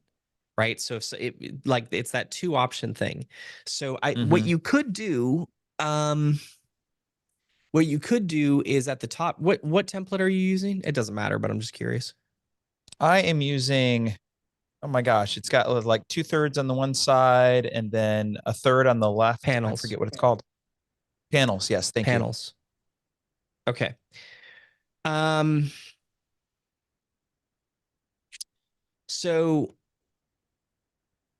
what you could do is in your panels, you could create 2 buttons. One that is like purchase right now, and one that is whatever purchase in the future, or purchase with a PO, or whatever the language is that you want. The purchase right now could go to an actual sales page, or an actual order form, Mhm. that has credit card payments and so on and so forth. The second button could pop open an Obvio form Okay. that asks them for a little bit of something or other. I don't know what. Yeah, You I could built a have an I form on the agree page. statement in there. Yeah. Yep. And that's probably how I would do it. So you could stack 2 buttons right on top of each other and have them be Okay. right there. If you put the thing that I struggle with, and this is just me, so I mean, you may not care.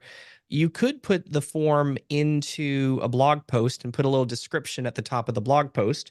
And then I guess inside the blog post, you could put some text that is like, want to purchase with a credit card right now? Question mark. Click here.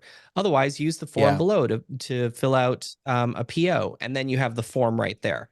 The thing about that Yep. is visually, that link is a little less visible than a button, and you can't put a button and a form underneath a blog post.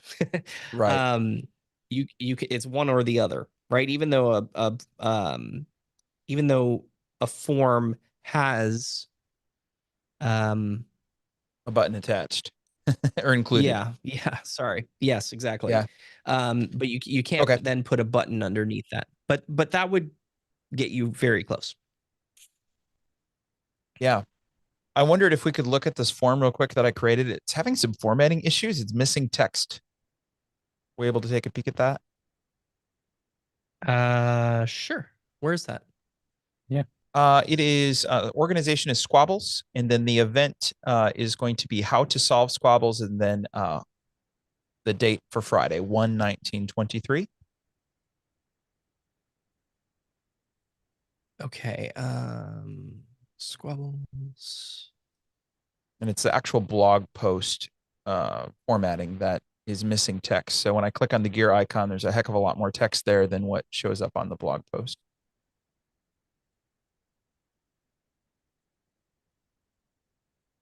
How to solve squabbles, this one here. Sorry, let me get back to my little shared screen thing. Probably in the right spot. Yep, that's it. You'll see the rogue bullets. Maybe it's text color. It does look like it's text color. And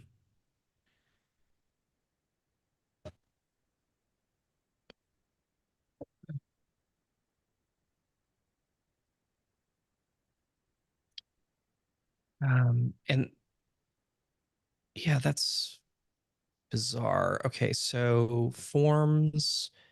Is it the book of call? Which one of those forms is that? Second one. Yeah, second one, purchase.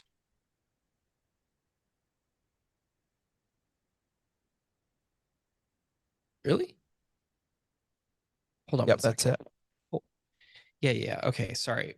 So those bullets aren't actually in the form. Those bullets are in the blog post. I Correct. see. Yep. Okay. So here's what's happening. Some of that you probably copy and pasted this text from another document. I did. Yep. And the editor, the HTML editor, brings across formatting. So what you need to do is just highlight that. You go into the blog post, highlight all the text, and remove the color. Even though you don't see it in the editor, it's there. And now when you Gotcha. come back, that'll all of the text will be there. Look at you. It's some days it's nice, and some days it's really annoying that this feature pastes not just text, but also the formatting that goes along with that text. Right. So yeah, for whatever reason, you had some white text in your original document. So aesthetically, I mean, it's not the prettiest thing in the world, but I wonder if that's simple enough for what I'm trying to accomplish.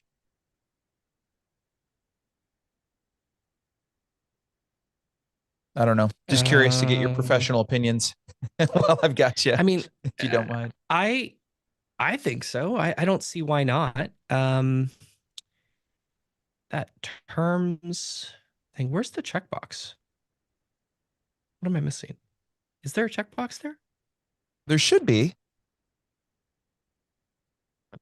Shoot. Purchase Yeah, second one down. Oh, you have to click option. I agree. Okay, something along those lines. Click save. And now that should. Oof. Did I forget to save that? Did I not save that right? Hold on. I feel like I didn't. Yeah, I didn't. Okay, add option. I agree. Click save. Hey, Blue, Save. I need to jump out, so I'll say goodbye You're to fine. everyone, and I'll let Blue finish it up. Bye-bye. Yep. Night, Grant. Thanks. And then I think because that's required, full name. So let's go Blue Melnick. I think if you don't click I agree, it will, the terms are required. So I think that gives you kind of what you're looking for, which I think I mean, if it were me, I think that works. You may want, with this being a quantity for the form, you may want to, I believe under quantity, you can change this to a I was trying to figure out the best way to do that. Yeah, okay, I think you great. can change this to a number only. And then click save. And now I think if I go blue, and I agree, because that's not a number, it won't actually, you're gonna have to log in as an attendee to confirm that, but I'm pretty sure that'll work. If it doesn't, let me know. And that there may be, I haven't taken a close look at validation on forms in quite some time, so it's entirely possible that it works, and it's entirely possible that there's a bug. So let me know. All right. Sounds great. Thank you. You're welcome. Awesome. All right, guys. Well, it's 7 o'clock. Are there any other questions? Hopefully this was helpful for you. For those of you who saw features that you've been hoping for 2 years, hopefully this was exciting. And yeah, hope you guys have an amazing week. I love the creativity in how you're using Obvio. I think it's really, really cool. I personally am super excited about the sales page builder, which is really, really awesome. You'll see here. I'll show you how far I've gotten further along on this call. So I've got my video. I've got a couple of um, a couple of bullets all through the builder, which is pretty sweet. And let's see. I was actually just about to finish a bullet or add some bullets. So I'll show you how this works. It's actually really neat. And then we'll call it a day. So I'm going to the organization that I'm working with this on, marketplace purchase page. And under bullets, I am grabbing a color, making the bullet itself have a color, and then going to the bullet and making it a checkbox, because that's what the original is. Let's see. Do I like that one? So many checkboxes you can make. Okay. Yep.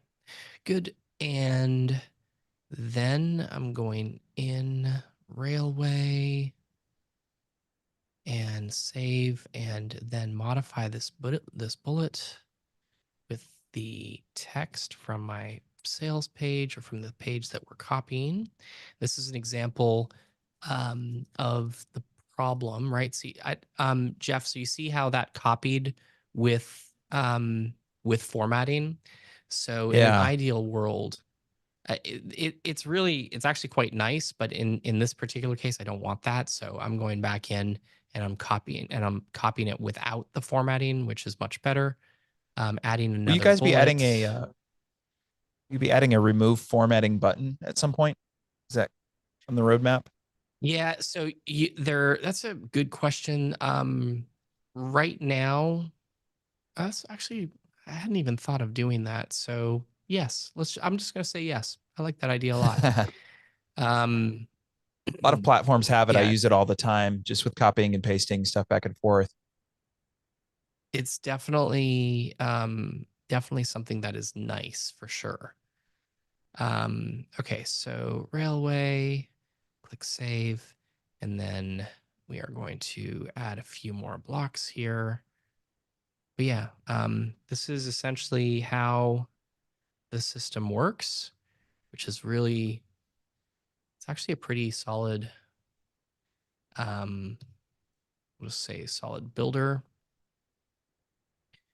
That actually has an extra line there, so we're going to remove that, add another bullet, copy, and then paste without the line, click save, and reduce the size to hide that, and reduce that so that it's the same width. Yeah, so really quite an easy system to work with, that I think is pretty awesome. Yeah, and this one here, we are going very much as a stack. This is very much a stacked design. So if you look at the original, which is this is actually eWomen's Success Reimagined event, which is coming up in the next it's coming up next week. 4 days, 4 hours, and 55 minutes, apparently. So if I just kind of scroll down, this is actually a fairly simple design. It's very much just a stacked design until you get down here, where it starts to become a little less stacked. But the cool part is you can very much, all of the things that you're seeing here, I'm going to be able to actually recreate with the builder as we kind of go through and continue to work with it. And then, previewing it, you see at least all the way down to these checkboxes. I don't want to say it's identical, but it's darn close. There's a couple of things that are a little bit different. And, a couple little styling differences. You don't see a countdown clock yet on this sales page like they do on the on theirs. And one of the things that you'll see if I were to click add block, these are the different types of content blocks that you can add to your sales page. So titles, text blocks, images, ticket selectors, buttons, video, purchase forms, separators, bullets, numbered lists, icons, FAQs, and spacers. There's going to be another one, actually two more added in the next couple days. One of them is a countdown clock. So the countdown timer that exists on the dashboards is going to show up here. And if you're looking for the reason why all of a sudden days are separated out along with labels, that's the reason. Because for sales pages, having 364 hours in advance seemed really crazy. So now all of a sudden days become important. So that's how days wound up in the countdown clock because we were setting it up for the sales page builder and we made the change to the main countdown block all at the same time. So there you go. A little bit of behind the scenes of what's taking place and how we're moving forward with the marketplace builder. Like I said, I'm pretty excited about it. I think it's a super powerful tool that I'm excited to get into your hands. It's still a few weeks away. All right, everybody. That's it for now. Hope you guys are awesome. Have a good week. Next week, afternoon call, once again, 5 p.m. Wednesday. We'll see you all back here. Talk to you soon.